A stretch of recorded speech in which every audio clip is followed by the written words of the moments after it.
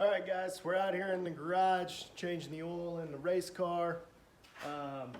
Number one thing, whenever you get done, cut the oil filter apart. Number two thing, notice how that doesn't have an O-ring on it? It's because it's right here, because it gets stuck to the block every single time that I change the oil filter on this car. I don't know what it is about it. I've had so many issues with that.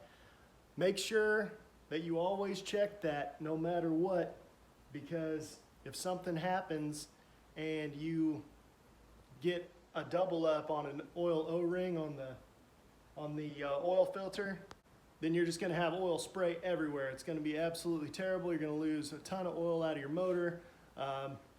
Not to mention, if you ran it too long like that, obviously you'll have a low oil pressure situation, which is absolutely terrible for the bottom end of the motor.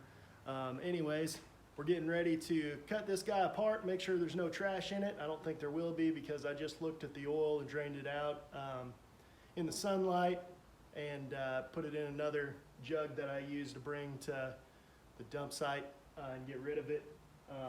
All you need is one of these guys. I don't know exactly what it's called, but it cuts oil filters apart. Oil filter cutting tool, maybe. Just run it around the top, set it right on in a vise, cut the top off, you get the little filter element out. I'll show you what that looks like here in a second. Went around that guy. Be careful here because these things are really sharp.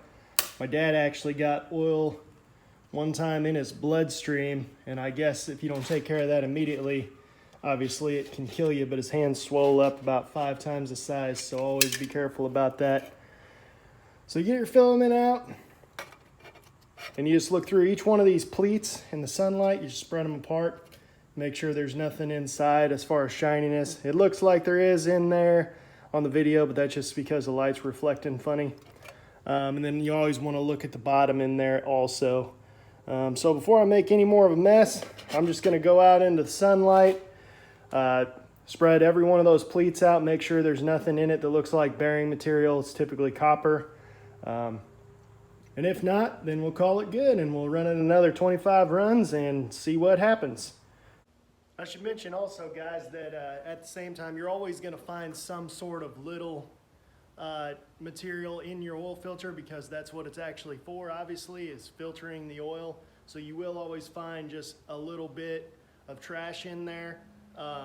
It's kind of one of those things where you'll know it when you see it if you have a big time problem, but if you just see a couple little specks in there, I mean, that's just going to be stuff that the motor ingests. I don't run an air filter on this car.